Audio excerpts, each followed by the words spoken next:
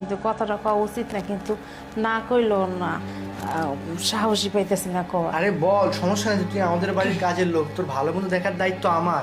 তুই বল, সমস্যা নাই।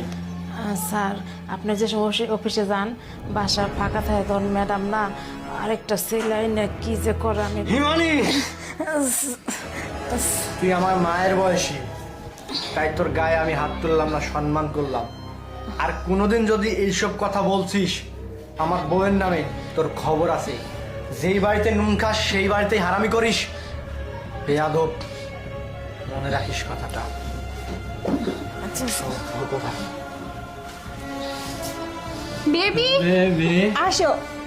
এই হইছে এইসব কাজের লোক, বুঝছো? দেখলেই এখানে কি করতেছে? এই যা, কাজ কর। চল যা কাজ কর, যা। চলো তো বেবি।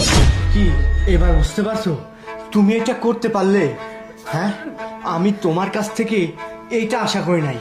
আমাদের বাড়ির কাজের মেয়ে হিমালি যখন আমাকে এই কথাটা বলছে না, আমি ওর কথা বিশ্বাস করি নাই। উনি আমার মায়ের বয়সী, আমি ওনার সাথে খারাপ ব্যবহার করছি, ওনার গায়ে হাত তুলছি। আমি এইটা পর্যন্ত বলছি উনি এই কাজটা কিভাবে করতে পারে, কিভাবে এসব করতে পারে। কিন্তু না, যখন আমার বোন আমাকে এই পর্দার নিচে নিয়ে আসলো, আমাকে সত্যিটা দেখালো, তখন আমি নিজেকেই নিজের মধ্যে কেমন যেন হারিয়ে ফেলতেছি। আমি দেখলাম তুমি এই ছেলেটাকে নিয়ে রুমের মধ্যে ঢুকতেছো, আমার বোনের সাথে কি খারাপ ব্যবহার করতেছো, ওকে নিয়ে বাইরে যাচ্ছ, এই করতেছো ওই করতেছো। কিন্তু কেন? না, তুমি বোঝার চেষ্টা করো। আমি এখানে কি বোঝার চেষ্টা করি? তোমাকে কি বোঝাবা বলো? আমি যেইটা এতক্ষণ ধরে নিজের চোখে দেখছি সেইটা, নাকি তুমি আমাকে এখন যেটা বোঝাবা সেইটা? আমি এখন কোনটা বিশ্বাস করবো? না মানে না, দেখো আমার ভুল হয়ে গেছে।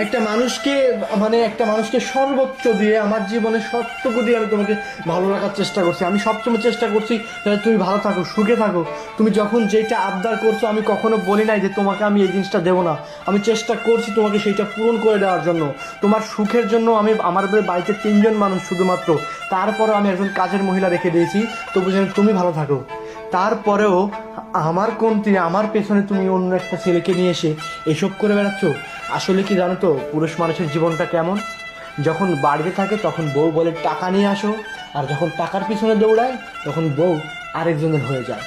এটাই হচ্ছে নারী জাতির আসল পরিচয়। সি, তুমি তুমি আমাকে এইভাবে কষ্ট দিতে পারলে? ভুল করে ফেলছি। প্লিজ প্লিজ প্লিজ, তুমি আমাকে আর বোঝানোর চেষ্টা করো না।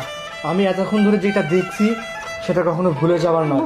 আমার বোন যদি আজকে আমাকে না দেখাতো, তাহলে হয়তো আমি এতদিন ধরে অন্ধের সাগরে ডুবে থাকতাম। ভুল হয়ে গেছে। প্লিজ, আমি তোমার কাছে হাত জোর করে অনুরোধ করতেছি, তুমি প্লিজ ওর সাথে এই মুহূর্তে আমার বাড়ি থেকে চলে যাও। প্লিজ, তুমি এখান থেকে চলে যাও। আমি তোমাকে সসম্মানে ডিভোর্স দিয়ে দেবো। যাও, বেরিয়ে যাও এখান থেকে।